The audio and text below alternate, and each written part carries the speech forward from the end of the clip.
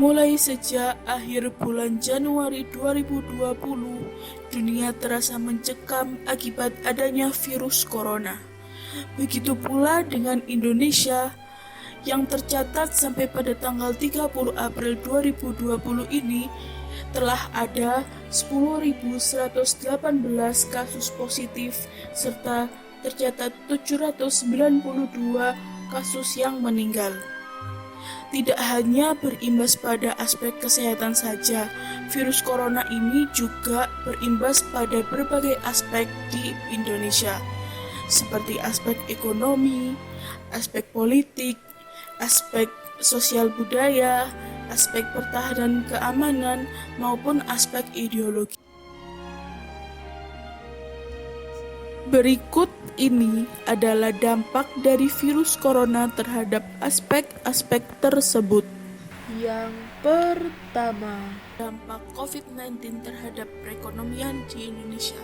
Yang pertama yaitu rupiah yang melemah. Hal ini dapat dilihat dari grafik tersebut yang memperlihatkan pada periode sekitar Februari sampai saat ini, bulan Mei, grafiknya memperlihatkan kenaikan yang cukup signifikan jika dibandingkan dengan pada tahun 2019 yang menunjukkan nilai yang stabil, serta kenaikan paling tinggi dicapai pada tanggal 3 April 2020 yaitu senilai Rp16.644 per 1 dolarnya. Lalu dampak yang kedua adalah harga barang yang naik. Banyak pemberitaan yang menyatakan bahwa mulai dari alat kesehatan, barang pangan, maupun yang lain-lainnya mengalami kenaikan harga yang cukup signifikan. Hal ini bukan karena penawaran yang berkurang atau lainnya, tetapi hal ini disebabkan karena adanya panic buying yang dilakukan oleh masyarakat. Masyarakat takut akan kelangkaan barang sehingga mereka menimbun banyak kebutuhan, sehingga hal tersebutlah yang mengakibatkan kelangkaan dan harga yang naik. Lalu dampak berikutnya adalah diterbitkannya surat utang terbesar dan terlama sepanjang sejarah Republik Indonesia. Menteri Keuangan Sri Mulyani Indrawati mengumumkan bahwa pemerintah Indonesia akan menerbitkan global bond sebesar 4,3 miliar US dollar dalam 3 bentuk surat berharga global, yaitu surat berharga negara seri RI 1030, RI 1050, dan RI 0470. Ini merupakan sejarah surat utang yang terbesar, serta untuk pada seri ketiga yaitu RI 0470 adalah surat utang yang terlama karena memiliki tenor selama 50 tahun jatuh tempo. Yang kedua, aspek selanjutnya adalah aspek politik. Dari segi politik, munculnya pandemi seperti ini dapat memicu instabilitas politik.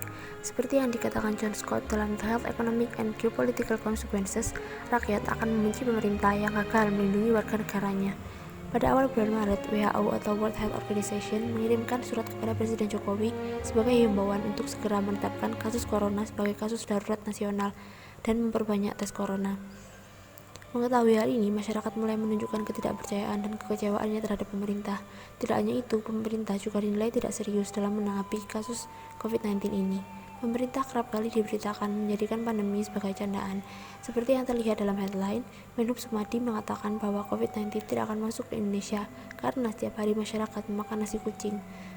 Mungkin pernyataan ini memang hanya sekadar candaan saja, namun ini cukup menyayat hati masyarakat Indonesia. Masyarakat menilai bahwa terlihat kurang etis apabila menjadikan situasi seperti ini sebagai candaan. Kemudian, komentar selanjutnya juga muncul dari Wakil Presiden Ma'ruf Amin yang mengatakan bahwa COVID-19 tidak berani masuk ke Indonesia berkat istiqoso dan juga doa ulama.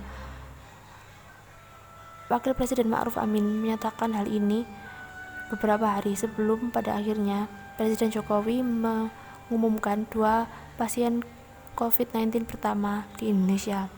Menanggapi hal ini, pengamat kebijakan publik Universitas Trisakti, Trubus Rahardiansyah mengindikasikan bahwa komunikasi pemerintah dan masyarakat masih buruk.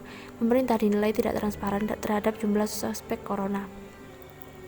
Direktur Eksekutif Amnesty International, Usman Hamid, juga menegaskan bahwa pemerintah cenderung meremehkan dan tidak sungguh-sungguh dalam menangani pandemi ini. Selanjutnya, kepercayaan terhadap pemerintah juga semakin memburuk dengan lambatnya respon pemerintah dalam menangani COVID-19 ini.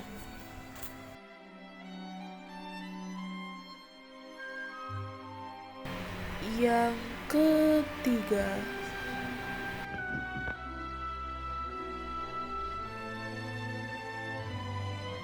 perubahan yang terjadi di aspek HANKAM selama masa COVID-19.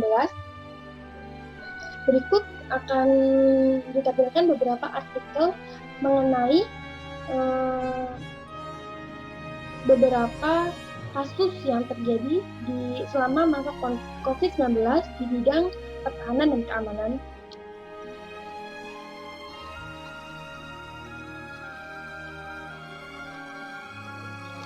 Seperti yang terlihat di beberapa artikel, yang pertama adanya pembebasan para napi untuk mencegah rantai penularan COVID-19 itu sendiri.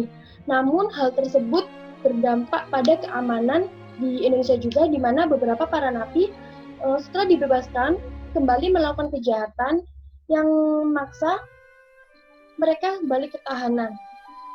Menurut beberapa para pakar, pembebasan para napi itu bertentangan dengan prinsip kepastian hukum.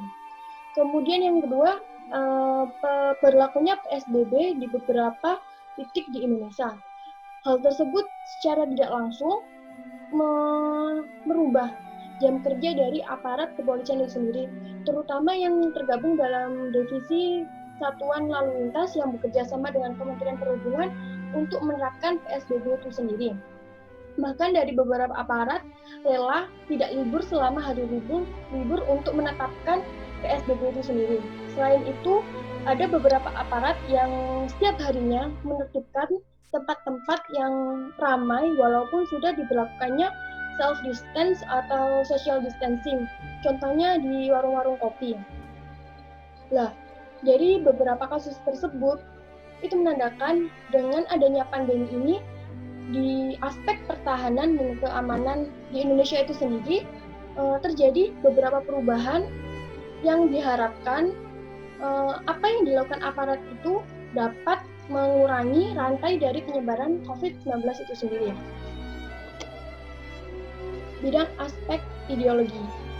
Seperti yang kita tahu, dengan adanya COVID-19 itu sendiri, harga masker dan hand sanitizer itu melonjak tidak kira-kira.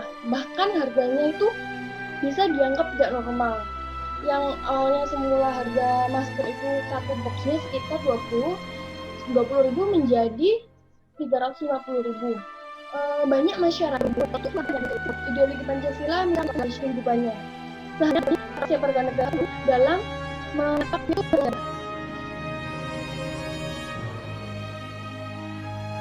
Yang kelima, saat ini di dunia telah digemparkan dengan adanya pandemi COVID-19. Indonesia salah satu yang terdampak pandemi tersebut. Akibat dampak pandemi tersebut, kebudayaan Indonesia pun sedikit berubah, seperti contohnya menggunakan masker. Saat ini, jika ingin keluar rumah, wajib menggunakan masker, baik saat mengantri bus, berbelanja, atau melakukan penyuluhan. Selain menggunakan masker, mencuci tangan pun menjadi budaya baru di negeri ini. Masyarakat yang awalnya malas mencuci tangan, sekarang baik dari masjid atau dari supermarket, mereka akan mencuci tangan guna membersihkan bakteri atau virus yang bisa saja menempel pada tangan. Setiap rumah warga pun telah disediakan tempat mencuci tangan. Selain menggunakan masker dan cuci tangan, Indonesia telah menerapkan pembatasan sosial berskala besar. Bisa kita lihat di Jalan Malioboro yang terlihat sepi, di mana biasanya banyak sekali aktivitas yang terjadi di Jalan Malioboro. Nah, ketiga hal tersebut telah menjadi budaya baru yang ada di Indonesia. Kebudayaan baru tersebut merubah kebiasaan masyarakat Indonesia menjadi lebih baik.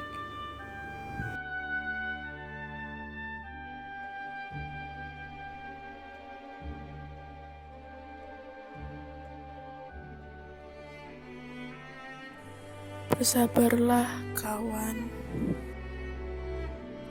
Aku kamu, dan kita semua pasti akan berhasil melewati wabah pandemi ini.